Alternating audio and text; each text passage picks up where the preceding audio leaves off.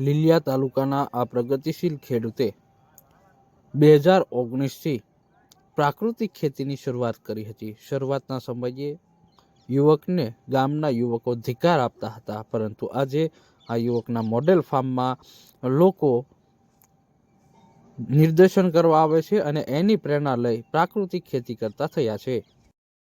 મારું નામ ભેડા નિકુંજ પ્રતાપભાઈ છે। મારું ગામ પીપળવા, લીલિયા તાલુકો અને અમરેલી જિલ્લો છે। અને અમારે જમીન છે 14.5 વીઘા, પણ એમાંથી અમે 7 વીઘામાં પ્રાકૃતિક ખેતી કરીએ છીએ કે જે આપણે જોવો છો અહીં પાછળ સરગવોને એ છે એ અમારે 1 વીઘો જમીન છે। બીજી 6 વીઘા જે પ્રાકૃતિક છે એ હું 2019થી પ્રાકૃતિક ખેતી કરી રહ્યો છું।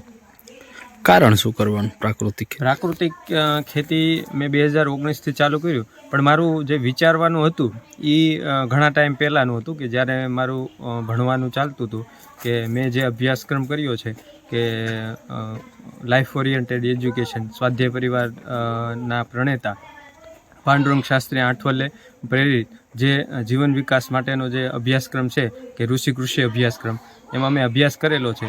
ત્યારે મને એવો વિચાર આવ્યો હતો કે ભાઈ આપણે ખેતી કરવી છે તો પ્રાકૃતિક કે ભાઈ ત્યારે થોડુંક એવું માઇન્ડમાં, એટલે ઓર્ગેનિક એમ કે રસાયણ વગરની ખેતી કરવી છે એવો વિચાર હતો। પણ ત્યાર પછી મેં ભણવાનું પૂરું કર્યા પછી આ 2019થી ટૂંકમાં જે સુભાષ પાલેકર આધારિત જે માર્ગદર્શન મળવા મળ્યું, તો એક વે મળી ગયો, એક રસ્તો મળી ગયો કે જેનાથી મેં ધીમે ધીમે સ્ટાર્ટ કર્યું કે ભાઈ પહેલાં ચીલા ચાલુ ખેતી ચાલતી હતી, એમાંથી પ્રાકૃતિક ખેતી કરી તો એમાં કપાસને એવું જ પહેલાં શરૂઆતમાં વાવેતર કર્યું કે ભાઈ અમારી જે આ જમીન છે તો એ ખારોપાટ ગણાય, એમ ક્ષારવાળી જમીન કહેવાય, તો એમાં બદલ લાવો એ વાર લાગે એવું છે। એટલે આપણે એ સમયે કપાસમાં જ જે પંચ આયામ છે કે ભાઈ ત્યારે ઘન જીવામૃતને એવું શરૂઆતમાં ન કરતા, પણ જીવામૃતને એ બધું કરતા અને દેશી ખાતર નાખીને એવું રીતે કરતા। પણ આજે 5 આયામો કે ભાઈ બીજામૃત, ઘન જીવામૃત, પછી આપણે જીવામૃત, આચ્છાદન અને મિક્સ પાક પદ્ધતિ, અને એવી રીતે બધે 5 આયામ રાખીને પૂર્ણ રીતે પ્રાકૃતિક ખેતી કરવાનો પ્રયત્ન કરતા રહેલા છે કે ભાઈ ત્યારે મને માધ્યમ મળ્યું કે ભાઈ આપણે રસાયણથી નુકસાન છે, જમીન બંજર બને છે, અળસિયાનું જે નાનપણમાં દેખાતા એ બધા લુપ્ત થવા લાગ્યા।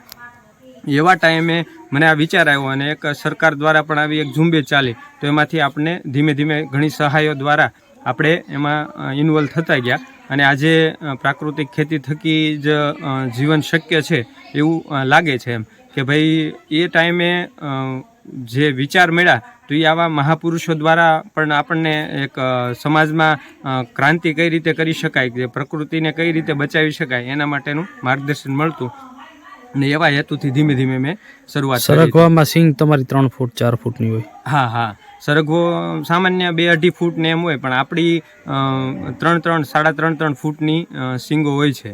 એનું કારણ શું?